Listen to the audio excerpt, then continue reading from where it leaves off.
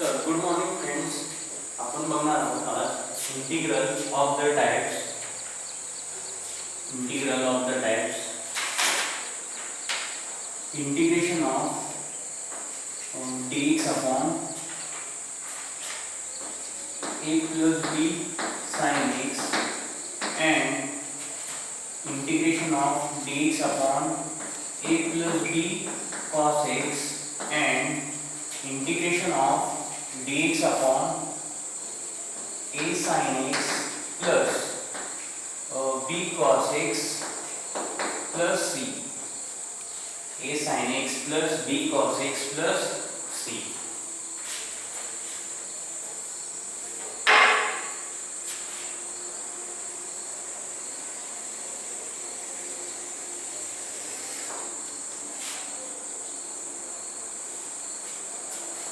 तर याची प्रोसिजर बघूया आपण. प्रोसिजरच्या आधी आपल्याला डबल अँगल फॉर्म्युला माहिती पाहिजे. तर पहिला डबल अँगल फॉर्म्युला आहे sin टू थीटाचा. कोण सांगेल रे काय असतो? sin two theta equal to tan च्या फॉर्म्युला, बरोबर? काही 2 tan theta upon 1 plus tan square theta. Similarly cos two theta काय असतो? tan च्या formula cos two theta equal to आपण बघितले होते, बरोबर? डबल अँगल फॉर्म्युले काही 1 minus tan square theta upon 1 plus tan square theta. तर डबल होऊन हाफ अँगल कशी मिळवायची बघा. तर इथं sin थीटा आहे, sin x म्हणजे कोण आहे? sin theta. इथं cos थीटा आहे, इथं दोन्ही sin वेव्ह आणि cos पण आहे, बरोबर ना? बघा इथं sin थीटा आहे, इथं cos थीटा आहे, इथं sin थीटा आहे, cos थीटा आहे. म्हणजे आपल्याला डबल करून सिंगल मिळवावं लागेल, बरोबर? मग याचा हाफ काय केला तर काही अँगलचा हाफ करूया आपण. म्हणजे 2 2 कॅन्सल होईल, म्हणजे जी 2 tan theta by 2 upon 1 plus tan square theta by 2. cos theta काही 2 2 गेट कॅन्सल. अँगलचा हाफ केला आपण, अँगलचा हाफ केला म्हणजे ती 1 minus tan square theta by 2 upon 1 plus tan square theta by 2 replace theta by x. तर बघा, तर याची प्रोसिजर समजून घ्या सर्वांनी. How to solve this type of integral. तर इथं काय पुट करायचा? Put tan x by 2 equal to t. tan x by 2 ला काय पुट करायचं? t. Put tan x by 2 equal to t. आणि इथं बघा काय tan थीटा बाय 2 आहे, म्हणजे tan थीटा बाय 2 ला काय पुट करू आपण? t replace theta by x. मग याला डिफरन्शिएट करा विथ रिस्पेक्ट टू x. काय tan आता tan ऑफ x असतं तर डायरेक्टली आपण sec² x लिहिलं असतं, पण हे tan of f of x आहे. तुम्हाला सांगा tan x चा डेरिव्हेटिव्ह काय येतो? sec² x. आपल्याला माहिती आहे derivative of tan x is sec² x. पण अदर दॅन x असेल तर x ला कशाने रिप्लेस करतो आपण? f ऑफ x न. मग मला सांगा derivative of tan of f of x काय येईल?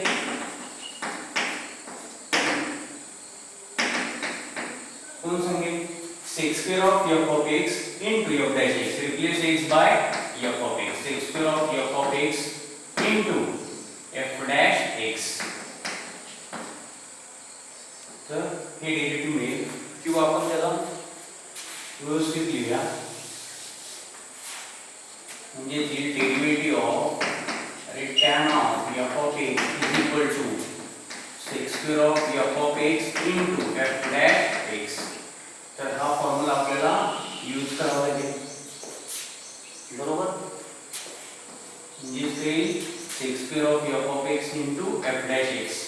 कंपोजिट फंक्शन आहे, फंक्शन मध्ये फंक्शन गेले म्हणजे जी sec² of f of x. f of x कोण आहे? x by 2. Other than x असेल तर त्याचं परत डेरिव्हेटिव्ह काढतो f dash x. म्हणजे काय येईल? x by 2 चं डेरिव्हेटिव्ह 1 by 2 आणि x is 1 कॉन्स्टंट तसंच आहे. With respect to x dx with respect to t dt. म्हणजे dt by dx जो dt by dx आहे तो इकडे आला. आता सिंप्लिफाय करूया. आपल्याला t मध्ये आणायचे कारण की सबस्टिट्यूशन मेथड बघतोय आपण, इंटिग्रेशन बाय सबस्टिट्यूशन. म्हणजे म्हणजेच हा 2 डिव्हिजन मध्ये RHS ला गेल्यावर काय मिळेल मल्टिप्लाय म्हणजेच 2 dt होईल. आता इथं sec स्क्वेअर थीटा आहे बघा, थीटा x/2 आहे. मग sec स्क्वेअरचं आणि tan चं रिलेशन काय आहे? म्हणजे आपल्याला tan दिलेला आहे बरोबर ना, tan पुट केलाय. मग आपल्याला sec स्क्वेअर ला सुद्धा t मध्ये आणावं लागेल. म्हणजेच काही यूज सेकंड आयडेंटिटी फॉर्म्युला. अरे 1 plus tan square theta equal to 1 plus tan square theta equal to काय असतो कोण सांगेल? आपण फॉर्म्युला बघितलं होतं 1 plus tan square theta equal to sec square theta. म्हणजेच काय लिहितो 1 plus replace theta by x/2.